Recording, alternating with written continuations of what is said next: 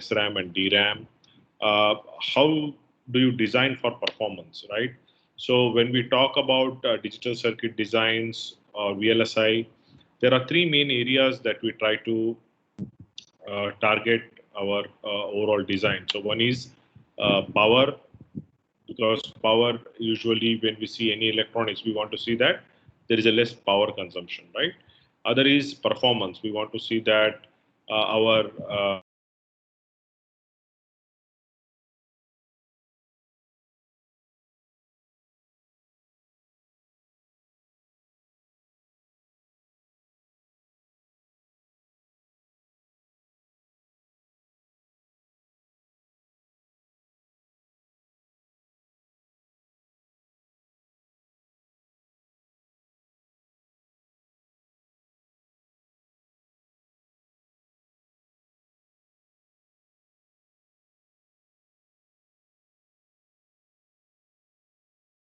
Sir, we can't hear you.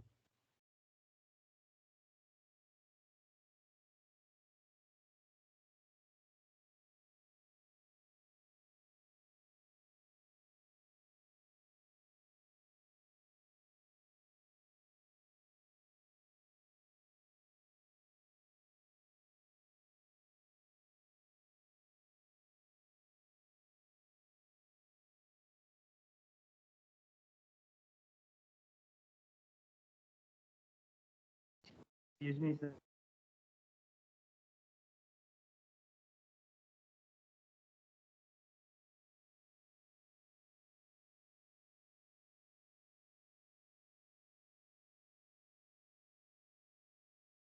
am I audible now? Hello. Yes, Yes, sir, sir. you are. You're audible, sir. Okay, looks like today is day of challenges. I mean, okay. Okay, so I don't know till what part you were able to hear. So I'll just go through this some of these important topics very quickly. Go to the next slide, 5, slide number 5.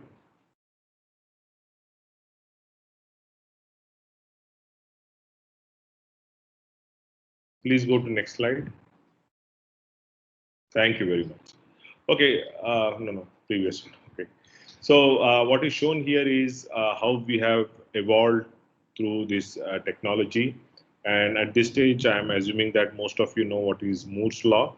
So Moore's law says that every 18 months, right, the technology uh, means the scale at which we are making these devices, right?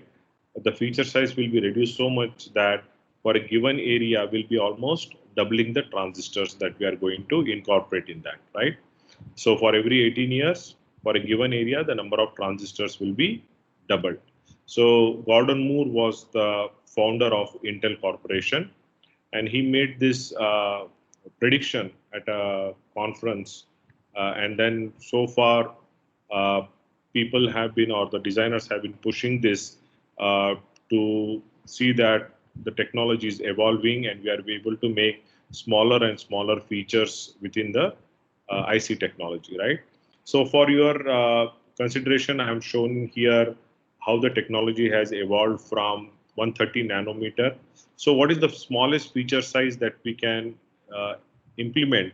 That is your technology that you define. So usually that will be your channel length that defines it, right?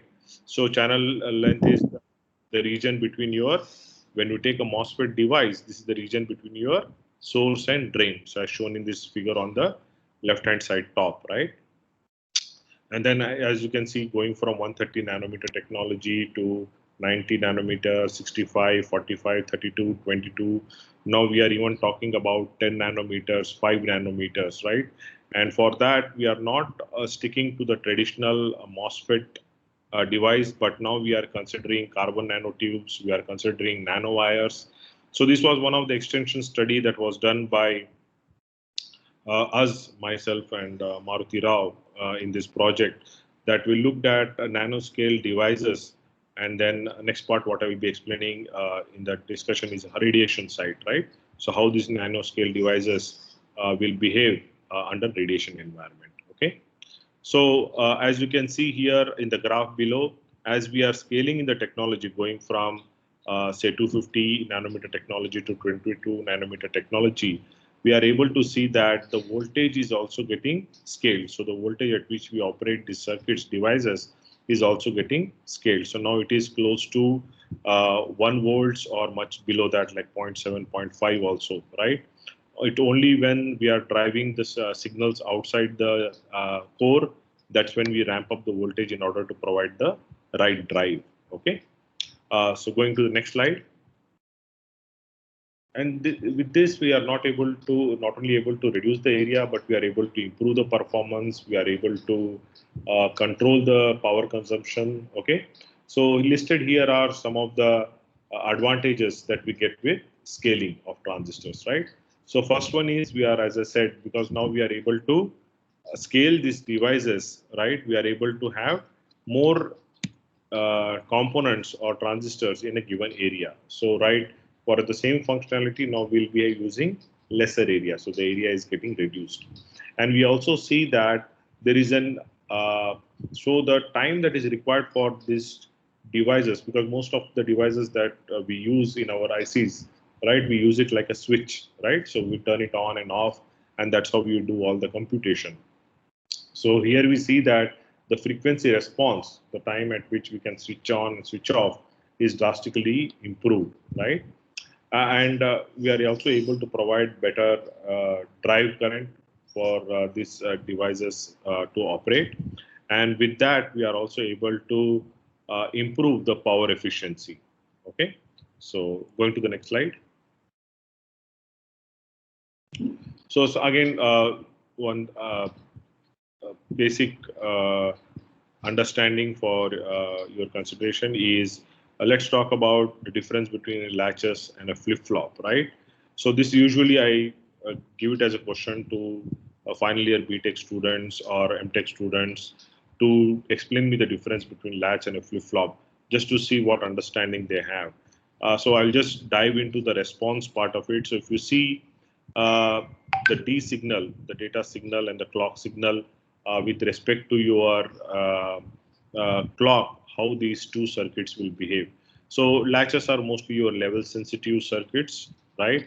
So that means at a given level, at a positive level or at a negative level, that's how we will determine the functionality of these latches. But whereas when you come to flip-flop, we define its functionality at an edge. Either it could be a positive edge. Positive means going from 0 to 1 or 1 to 0. That is negative edge, right?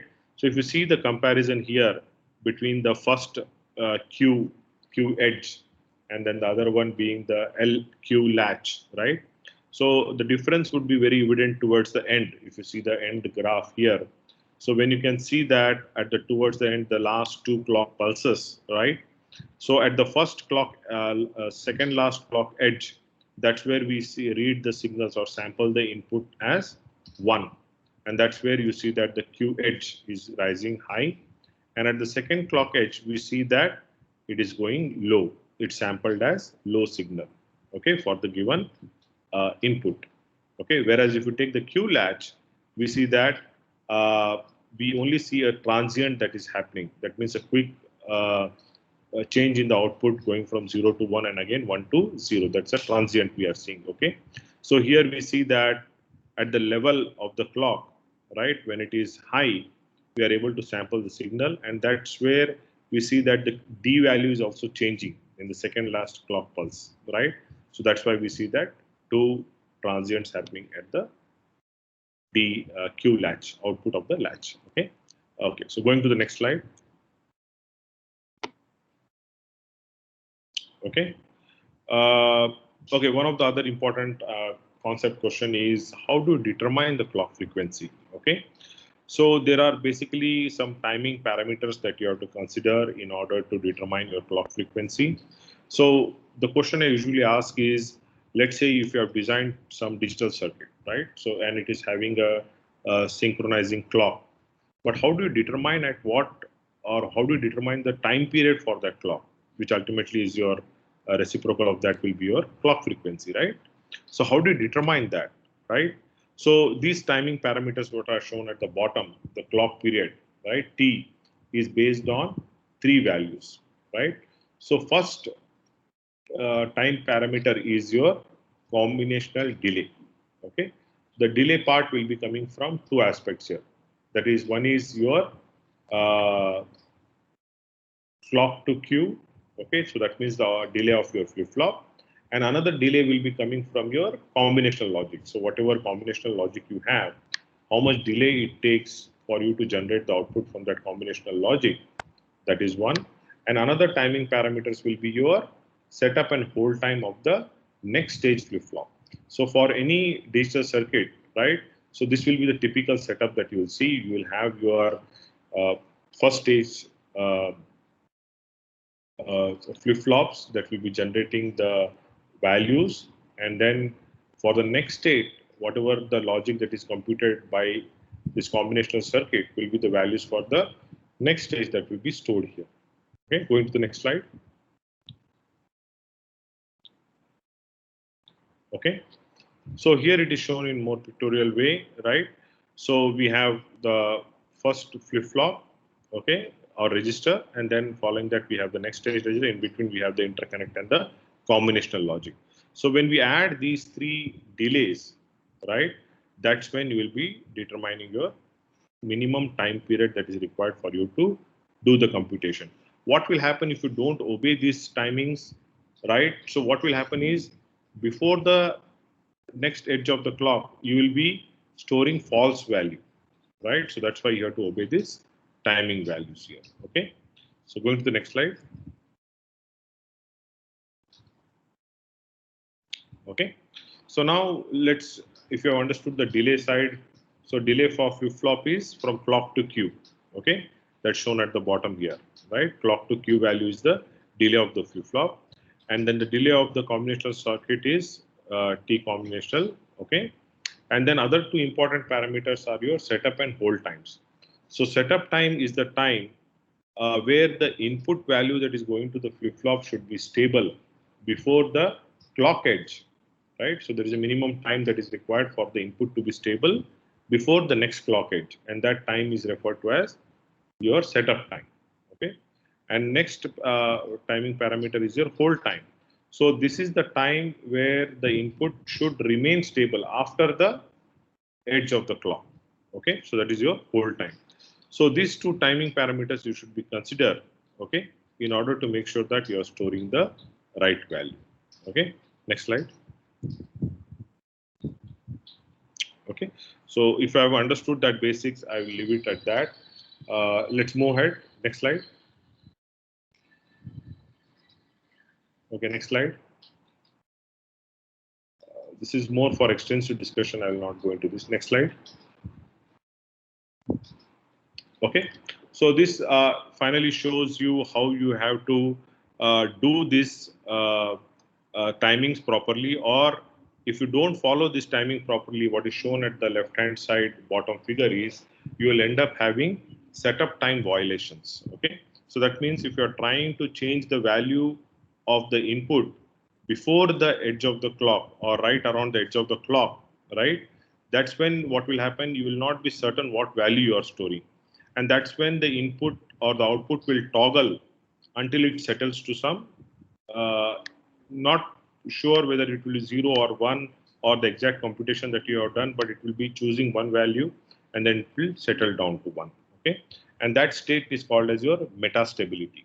Okay, and there are ways in which you can avoid this. The best thing would be, if you think that you are, because you are not meeting your timing, what you can do is you can increase that time, right? So that means you have to relax your clock. That is one way to do that. Other way could be you can insert some delays. Okay, that is one way to do that.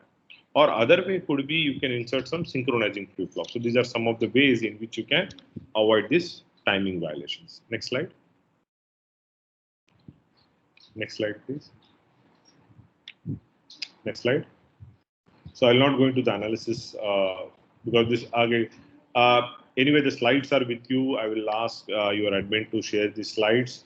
So this is a simple workout problem where you can determine what could be the worst case scenario when you take all these delays into consideration, And when you take the worst case scenario, and for the worst case scenario, you have to determine the clock frequency. Okay, and then from there you can determine whether you will have the violations or not. Okay, next slide. Okay, so just a quick glance over difference between your SRAM and DRAM. So where do you see the actual application when you take your like CPU architecture, okay, computer organization, right? Where do you see the actual use of your SRAMs? So if you take in the memory hierarchy side, your SRAMs will be more used in the cache implementation, okay, CACHE, okay, cache implementation, and DRAM will be forming your main memory. Okay, so shown below are the two cell level architectures of these two memories.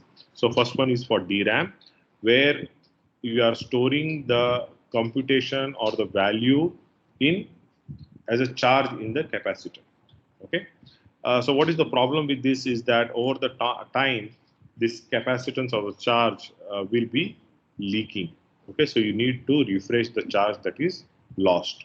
Okay, however, you can see that comparison with SRAM, you are requiring only one transistor and a capacitance to implement this memory. So thereby what we see is that compared to SRAM, it has got better density, right? Because you have only one transistor implementation. And also the overall implementation architecture is also simple. It has got only one word line and one bit line. Okay. But if you want more robustness in the implementation where there is no refresh cycle, and then you want to have better control over noise resilience, right? Then you go for SRAM cell implementation. So as you can see here, we have got 2 PMOS and 4 NMOS transistors. So overall, we require 6 transistors to implement this cell. Okay, so we got one word line and 2 bit lines, bit line and bit line bar. Next slide.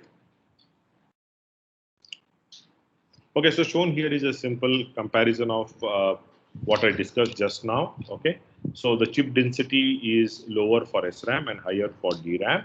Okay, that I explained right now. And because it has got better drive capability, the access time, okay, for your SRAM will be much faster than your DRAM.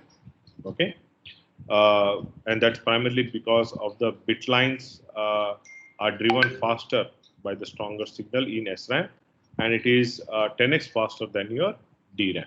Okay, if you look at cost wise, right, SRAM will be more expensive than your DRAM.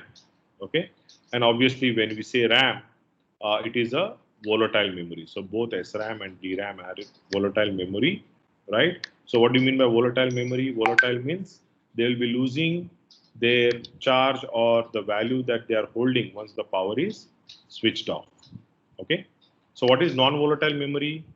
The example that will be your EEPROM, right? So EEPROM will be read-only memory will be your example for non-volatile memory. Okay. Okay. Next.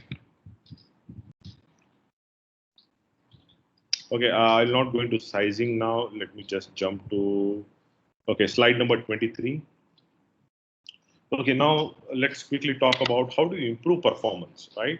So I think I've given some brief idea about my earlier discussion that whenever we are doing any computation, right, what we are doing, if you take a simple inverter, okay, CMOS inverter, we have one PMOS and one NMOS, right?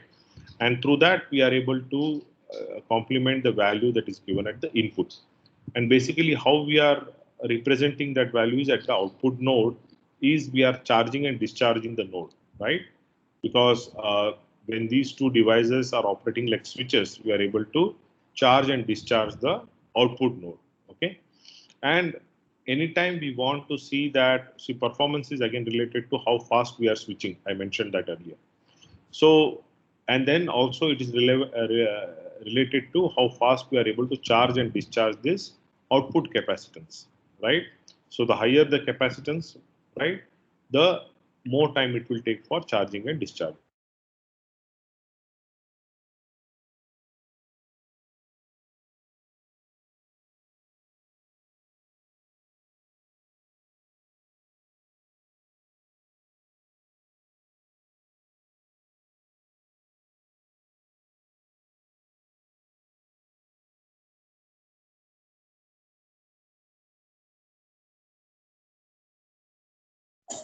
Sir, we can't hear you.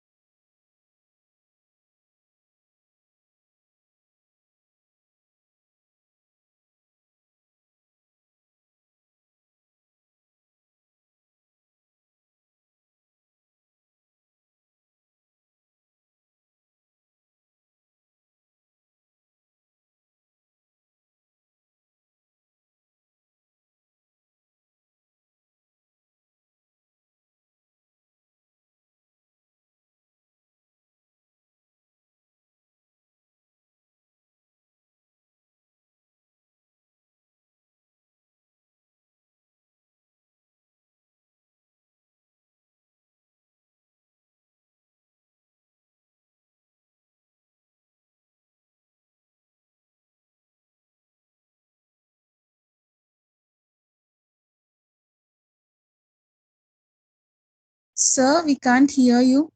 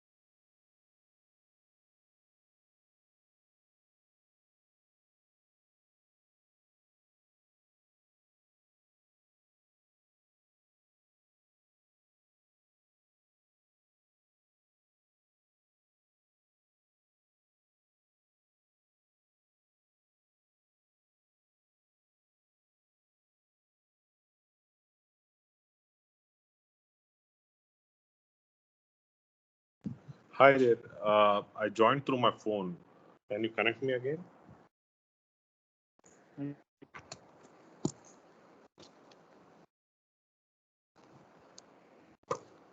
Is it audible now? Can you please speak? Yes, sir, you're audible. Hello. You're audible, sir. Hello.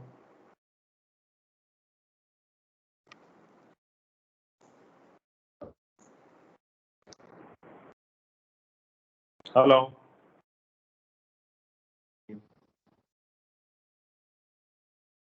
Your order. Is it audible?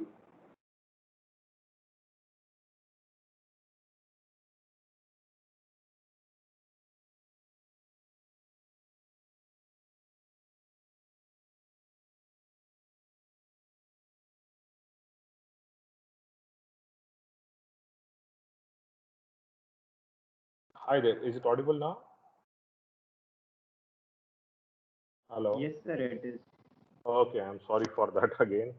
Okay, so let's go ahead.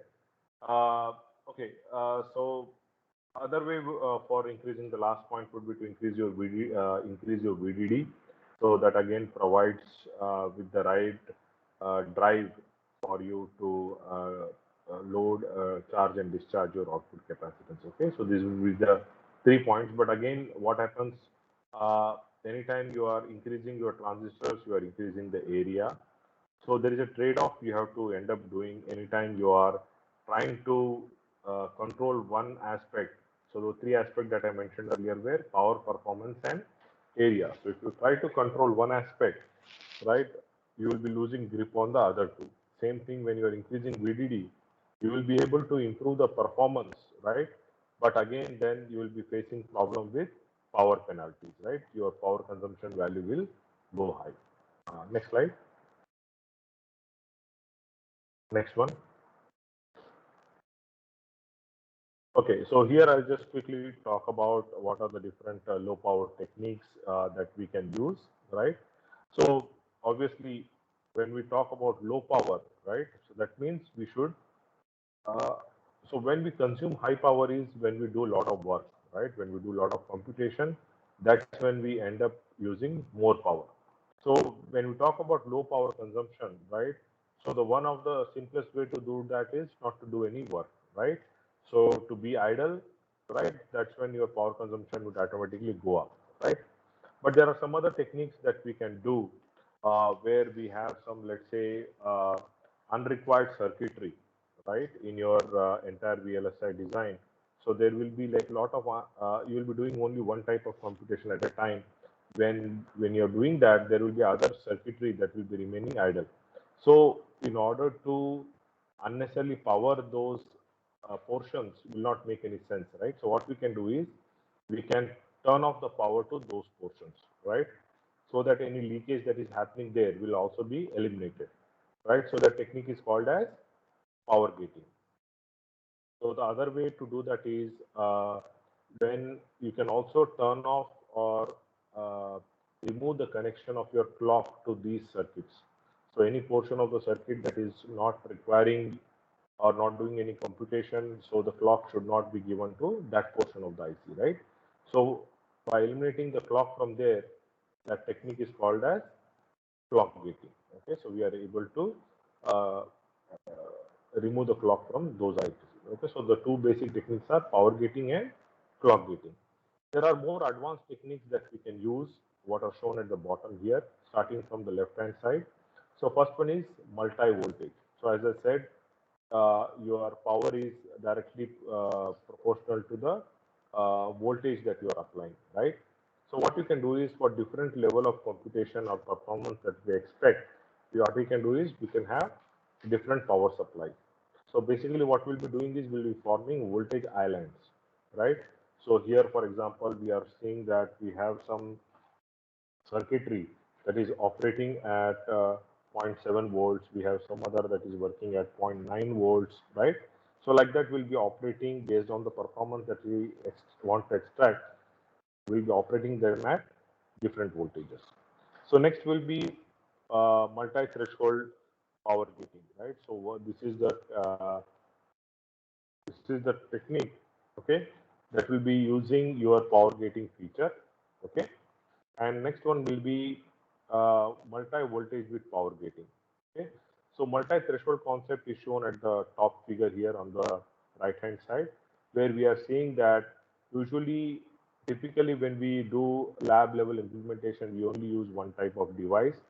But when you actually go for fabrication side, you will see that there are various flavors of devices that are available, and they have their own unique characteristics, and one of the prime characteristics being the threshold voltage. So as you all know, threshold voltage is the voltage that determines when you are crossing over from an off state to on state for a MOSFET device, isn't it? So we'll have different threshold voltage values for these flavors of devices. So now with low threshold voltage, what will happen? That means you can turn on this device at very less voltage values, right? Relatively. So now the performance will be very high for this type of devices, right? But the problem what we'll have with this low threshold devices is that it will have leakage problem. Okay, so the power aspect will be lower here. Okay, I mean the power saving aspect will be lower. That means power consumption will be high. Now, when we talk about high threshold, right? So that means that the voltage that is required to operate this device will be at much higher value. So here they will be having less performance aspect, right? So the performance part will be lower, but they will be providing a higher power saving. Okay. So this way you can mix and match these devices based on the type of circuit you are using. So for example, if you have, like earlier we were talking about setup timing, right? So if any violations are there, we can make sure what type of performance we need from that longest delay path, that is called the critical path. And there we can use this low threshold voltage devices like that. Okay. So final coming is dynamic voltage scaling. Okay. So here what we do is for the given island of IC, we'll be varying the voltage, right? So at one given time, it could be operating at 1 volt, and another given time, we can make it operate at much, much lower voltage, right? So this concept is applied when we want to have real-time power saving based on the algorithm that you are executing. Okay. So I hope these points are clear. Let's move to the next slide.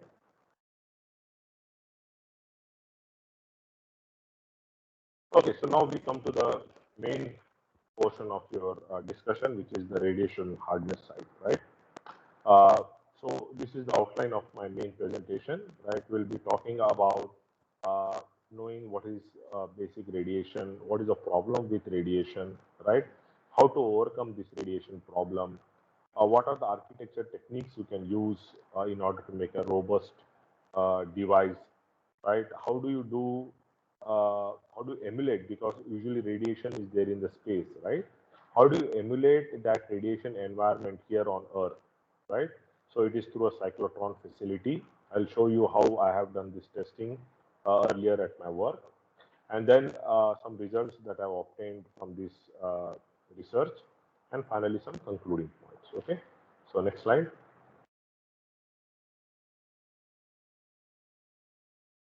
Okay, so radiation environment. So these are usually in the space, right? And this is at a higher altitude where we usually have our satellites, geostationary satellites, or your international space stations, right?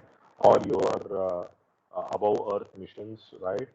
Even now we are able to see that this radiation is even affecting our electronics that are at much, much higher altitudes, okay? So what happens is that from Earth we receive a lot of radiation. So a lot of this nuclear reaction is happening on surface of sun, right? And through this, a lot of these high energized particles are released. And once they come across the Earth's magnetic field, they get trapped over there, right? And this primarily consists of your electrons, protons, heavy ions, right? And then when they get trapped in our Earth's magnetic field, what will happen is we have our satellites at that region. And when these particles enter or strike these electronics that are there in these satellites, they create a lot of malfunctions, right? So there is a lot of destructive effect that they have. And that is what we call as radiation effects that we'll see next, okay? So these charged particles, they usually gyrate, spiral around the Earth's magnetic field, and right, and then they are reflected back between the poles, right, and they are confined there for a longer duration of time, right. So it is basically is a high probability area where these electronics will be struck by these charged particles. Okay, next slide.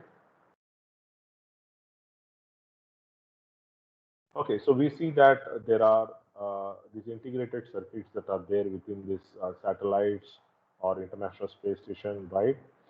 So they get affected with these radiation particles, and it could be in broadly categorized into two types. One is that will have long-term effect, okay, and within that we'll have two types. That is, one is total ionizing dose, and other is displacement damage, right? So other will be more of a transient in nature, right? It could have a temporary effect, but that again depends upon the type of radiation particle. So usually we refer them as either soft or hard. So soft is more of a temporary effect where again you can redo the computation and get back your original values. Hard is where you usually lose the value, or worst case will be you lose the entire device or your entire circuitry. Okay, next slide. Right. So as you can see that this radiation environment is very, very harmful to our electronics, and we need to come up with ways in order to protect this. Okay. And one of the first one that I mentioned where it will have a long-term effect is your total ionizing dose, right? So this is usually because of protons and electrons, and this is in the range of the energy ranges between uh, electron, kilo electron volts or mega electron volts range. So what effect it will have is whenever a particle is getting or device is getting struck with this radiation particle is that it will have a shift in your threshold voltage. So earlier I was mentioning that threshold voltage is the voltage which will determine your passing over or channel formation between your source and drain, right? And that usually if it changes, what will happen? Your entire biasing of the device will change, isn't it, right? So we want to make sure that all these electrical parameters are not affected. But because of radiation, your threshold value changes, your leakage current, that is the unwanted current flow through the device, will increase. And when threshold voltage changes, also this your timings will also change, right? So timing means your delay time, all this will be affected. And the worst case will be it will have functional failures. Okay. So these are all the effects, okay, that will be there in when we have this total ionizing dose on your device. Next slide. So shown here is we have a tool called Visual TCAD, and through which what we do is we do the analysis for this total ionizing dose, right? So what we do is we uh, increase the level of radiation for to which the device will be exposed, and we see in 3D model what would be its effect, right? So here what you see is you see a MOSFET device, and there you see that we have the source region that is pointed and drain region that is pointed on the right hand side, and in between these two we have the transistor channel that will be formed. So the gate region, and below which will have the transistor channel. Now what happens is over the time when these particles are struck on the device, they will occupy the space between this channel, and then what will happen is it will give rise to a false channel called as parasitic channel that you see at the bottom here. Okay. So this parasitic channel will be formed. And now what will happen is slowly when more of these charge get accumulated, these particles get accumulated, you lose the control over the device. So how do you control your MOSFET device? You control by applying the appropriate gate voltage, isn't it? But if a false channel or parasitic channel is formed at the bottom, what will happen? That means that there is always a short that will exist between your source and drain. And when that happens, right, you are losing the entire operation control of that device. And that's how you will damage your entire circuitry. Okay, going to the next slide. Okay, so shown here are different radiation levels and what type of parasitic channel it will create, right? So as we are going from 100K rad to 700K rad, we see that the prominence of these channel gets more and more stronger as we increase the radiation level. Okay, next slide. Right. So this next slide. So this shows the graph of your leakage current, right? So as we are increasing the uh, radiation, right, going from 100K rad to 500K, you see that the current values are also increasing, right? So the graph clearly shows that from pink, if you go all the way to this brown line on the top, so the leakage current is almost increased by 3 or 4 folds, right? So that has very damaging effect. So that means again, your power consumption values will be very, very high, right, when we have heavy dosage of radiation. So you see all the negative effects here. First, a parasitic channel is formed, leakage currents are increasing, right? So there should be a proper way we have to mitigate this problem, and that's where our research comes into play. Next slide. Okay. So now other aspect would be to see, so what we talked about is a long-term effect. Over the time this charge gets, particles get accumulated. So other could be when we see the single event effects, right? Because of a given high energy charge particle, when it passes through the semiconductor, right? What is the immediate problem it can cause, right? Not the long-term part, but the immediate problem it can cause, right? So that we'll look at. So one could be if it is a heavy ion, right? It could cause some direct ionization within the device, and that could give rise to some charge within the device, and that could change the functionality of the device, right? So other could be, it could be again a high energy particle from either protons or electrons, okay, that will be affecting the device, right? So how do we quantify this? So we quantify this in terms of a term called as linear energy transfer, right? So this is the term that is used for the charge particle, right? How much energy it is depositing within the material. Our material is silicon, right? So how much energy it is depositing within the material, right? So that is termed as linear energy transfer. So the higher the linear energy transfer, the more damage it will cause to the device. And this can be taken in the other way also, where if you are creating more resilient device, then the more higher LETs it can handle, the more robust will be our device. Okay, I hope you understood. Next slide. Okay, so some of the problems it can cause is you must be aware if you have taken VLSI course. One is your latch up problem. So basically, what will happen is we are having a short between your VDD and ground because we are creating this SCR like effect, right? And if not proper biasing is provided, right, what will happen, or if excessive charge is not removed, then there will be a short between your VDD and ground. So for a simple case problem, it will only be a high current flowing through the device. But if this value or if this effect continues, then it could also result in damaging of your device. Okay, next slide. Next slide. Let's go to the main part. Next slide. Radiation effect. Okay, here. So here what you see in the figure on the right hand side top is whenever we have this radiation effect, so this red part is shown as the radiation that is striking your device towards the drain region, and that's where you create lot of electron hole pairs, right? And slowly these electron hole pairs will move towards your active region, that is the region below your gate, right? And when that happens, what will happen is it changes again the biasing of your device, and it could convert or change the state of your device from an on to off or off to on. Okay, so to understand that, let's look at a simple latch. Okay, SRAM latch that we see here on the left hand side top. So let's say we have two back-to-back inverters, right?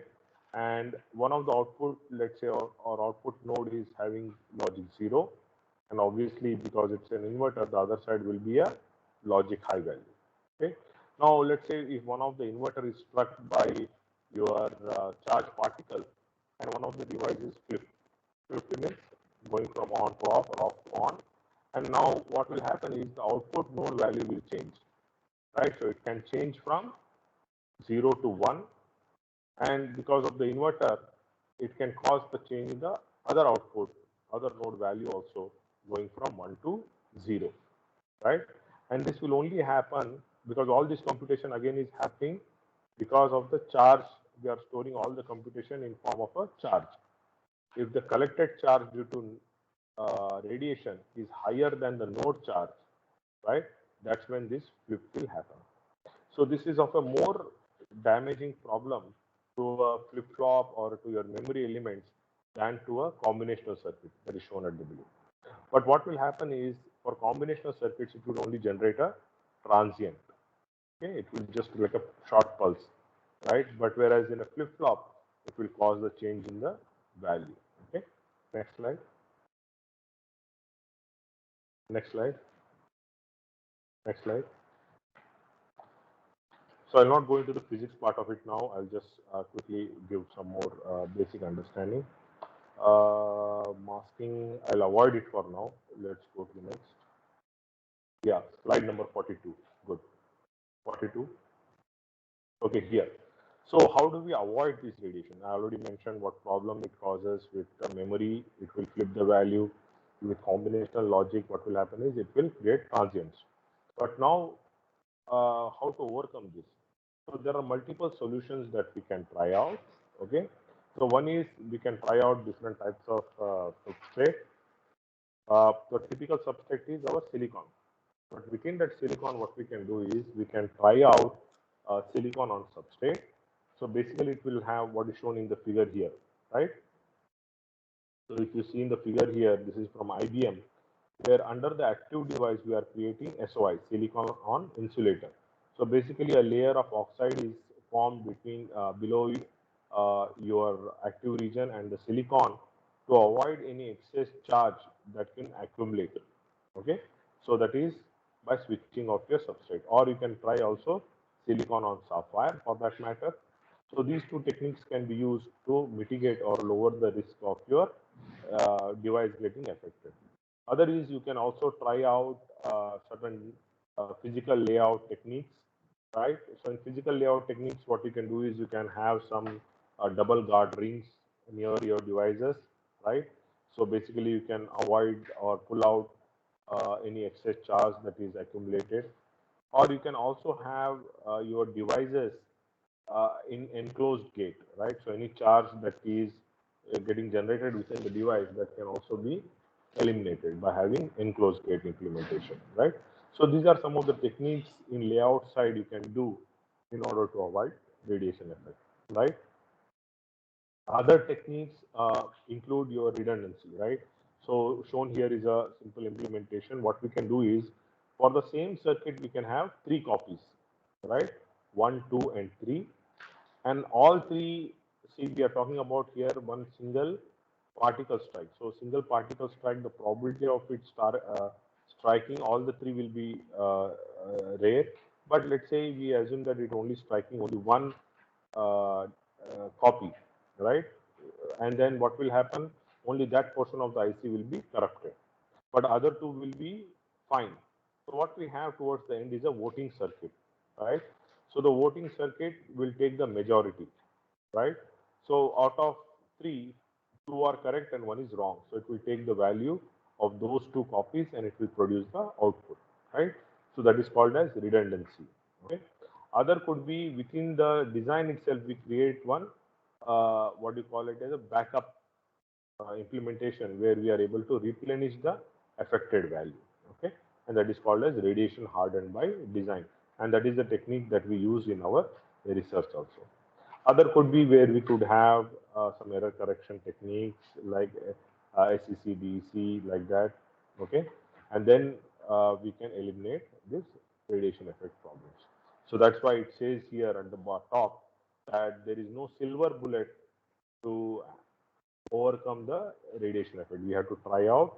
That means that there is no one solution that could remove this problem, but we should have to try multiple ways in which we can eliminate this problem. Okay, next slide.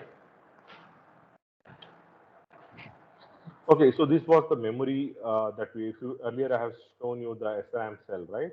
So SRAM cell was having only 6 transistors, but if you compare that, or if you compare this above circuit with a simple latch, we have almost 16 transistors, right, compared to 4 transistors for a latch, right?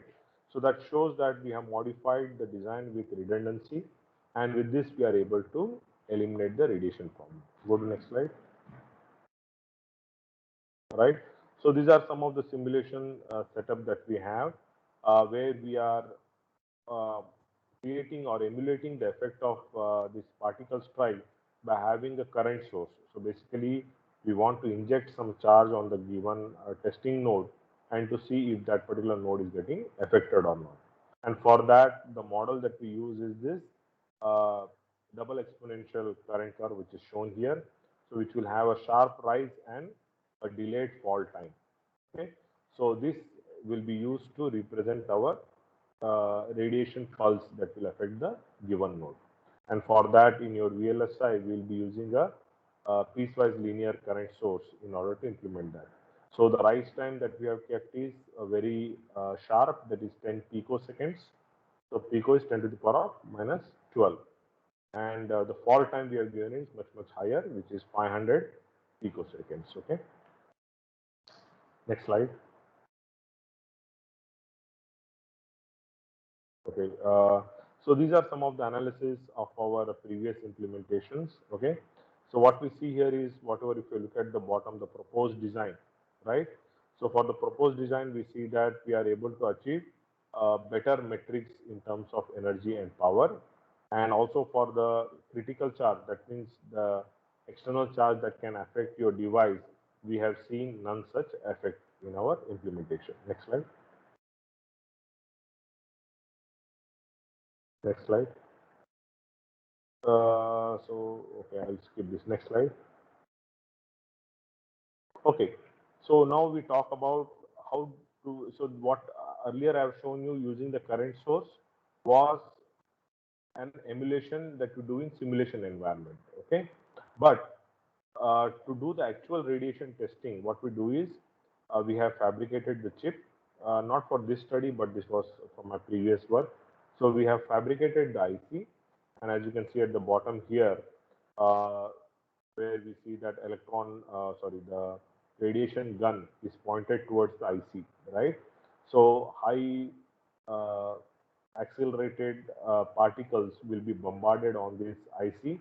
So the IC will be the silicon's small speck, and where we are giving real-time values for it to store.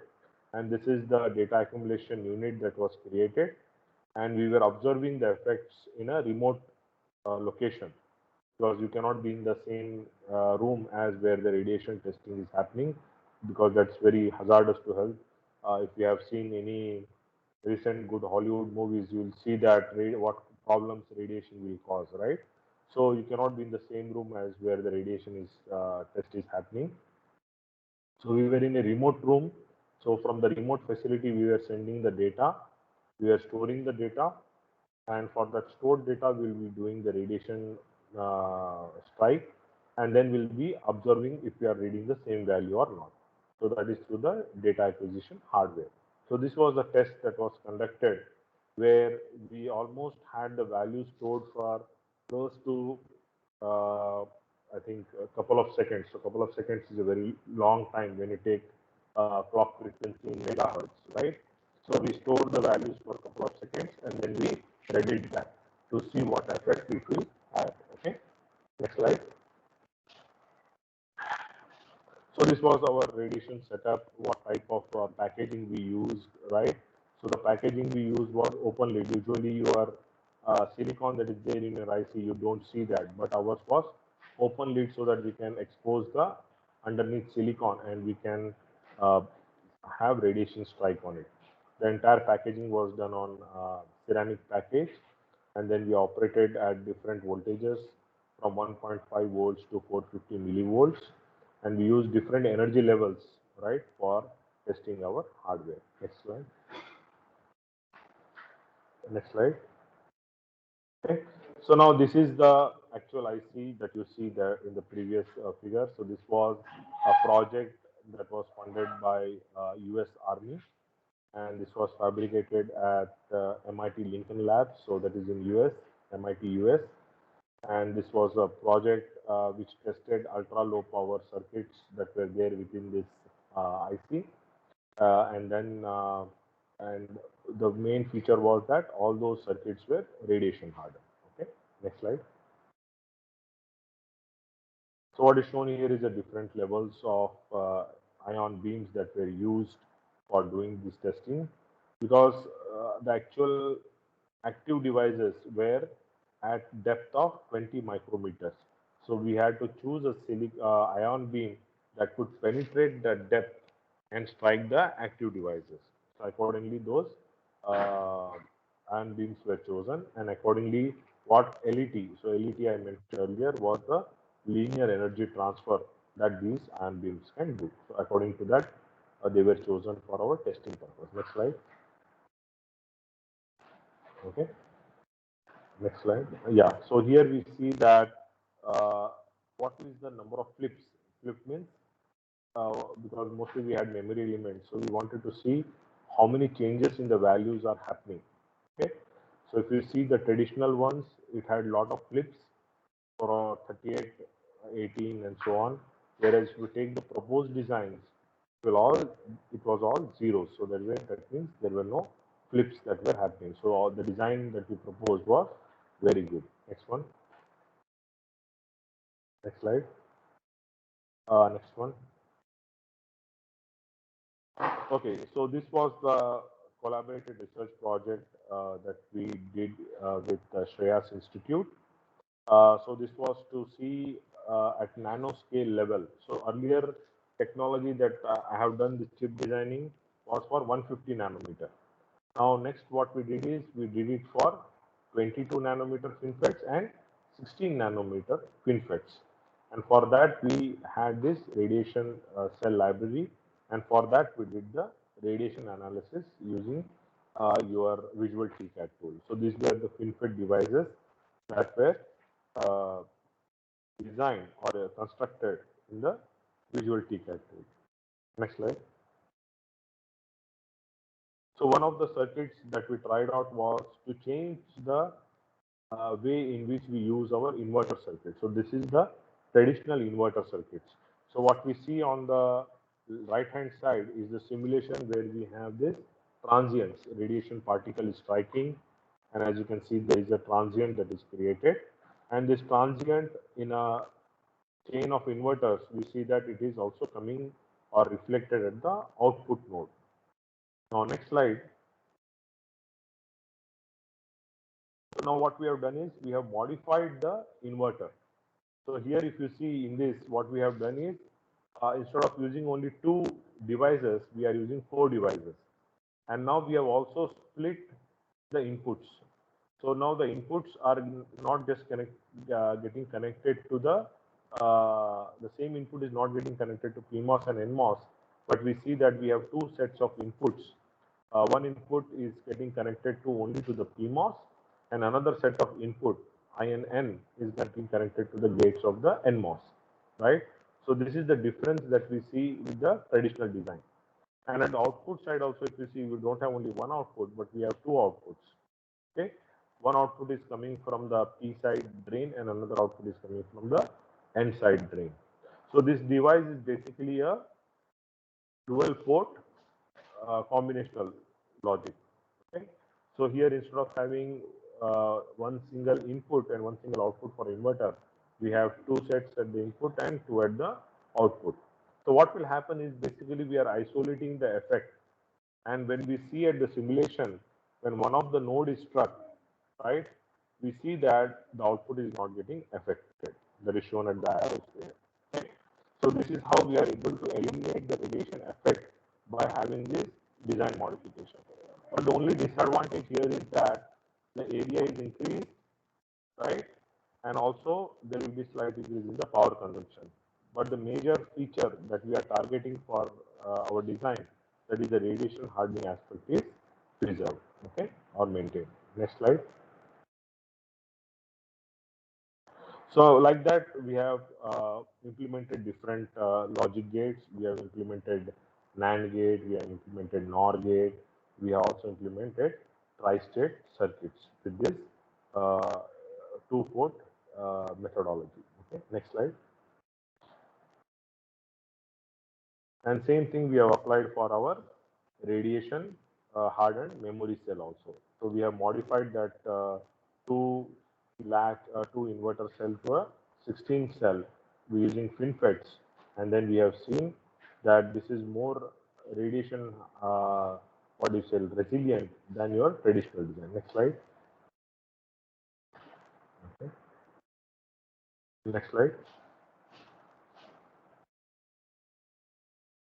Next slide. Okay, so I'll just quickly finish it off. So here we see that in the simulation, whenever the node is getting struck, internal node is getting struck, we see that the output is not getting affected. That is your right-hand side figure. So AX is the input node, and even though we see a transient over there, we see that no such effect is observed at the output. That is Q, the blue arrow.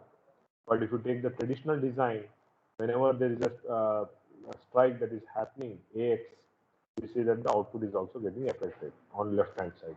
Okay, next slide.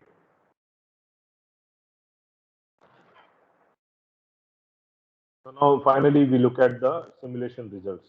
So the blue bar graph that shows the external charge it takes for the traditional design to get affected with radiation. So as you can see, the values are very low at 5.8 femtocoulombs, 4.8, so on, right? But whereas you take the orange graph, right, that is the radiation hardened. So we have modified the design, and you can see the values are very high, almost to 200 times, isn't it? So that means whatever design we have proposed, that is more robust than the traditional design, and then the charge handling capacity due to radiation is also very high. So these designs are more robust. Okay, next slide. Okay, so this is the last slide, which shows how the radiation is emulation is done in in a visual TCAD tool that is called, one of the tool is called as Particle Strike.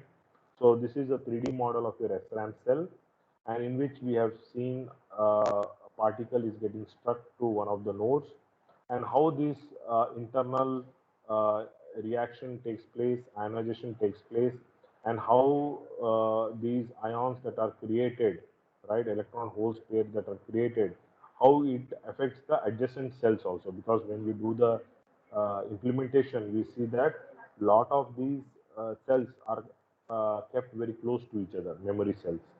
And if any particle is striking one cell, then it might also affect the other ones. So that's how when we increase the radiation level, we see that more and more adjacent cells are getting affected, right from figure going from left to right, and at the bottom also from left to right. But the final figure that you see, what we have done is we have done modification to the layout. And when we do that modification, we see that there is no such further ionization that is happening, and we are able to trap the excess charge, right? And because of which we are able to mitigate the radiation effect also. Next slide. So finally, guys, so this is our design modification that we have proposed in the research, and then we were able to achieve excellent results. And then we have seen that not only we are able to achieve 200 level higher resilience in our radiation handling capacity, but the power handling and performance part are also much better.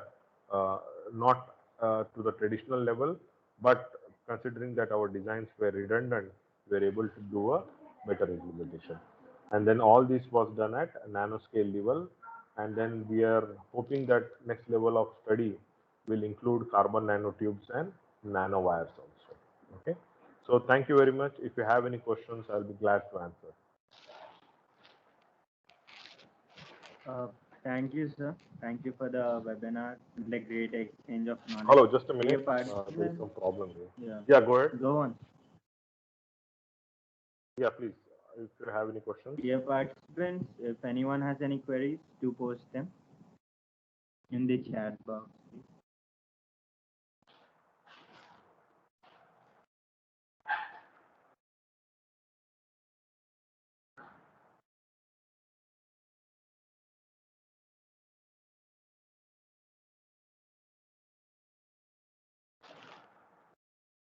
Or you can always send me an email. Your admin has the email. If you have any queries, you can always send it to me. Or you can ask your faculty, Maruti Rao also. Sure, sir. We'll do so. Great then. I hope there was some learning that happened today because I'm sorry, there are a lot of technical glitch that happened. Maybe it's the network No from our issues, side. sir. Okay then. Thank you very much. Thank you for Thank- having me. Okay, bye. Uh, Have a good night. I would like to ask our chair of IEEE Shreya student branch to give the vote of thanks. We would like to thank Dr. Amit Chawant sir for giving us his valuable time and sharing his valuable information from research with the help of basic concepts. Would also like to appreciate administrative and non-administrative staff, our respected principal sir, respected HOD sir, the management, and also IEEE Shreya student branch counselor for giving us their valuable inputs and support for this webinar. Special thanks to the EXCOM of Communication Society as well as Signal Processing Society. We would like to extend our gratitude to IEEE for giving us this opportunity. Last but not the least, we would like to thank the audience for making this webinar successful with your healthy participation. Okay. Thank you very much. Thank you, sir. Thank you. Have a good Good night. evening, everyone. Thank you.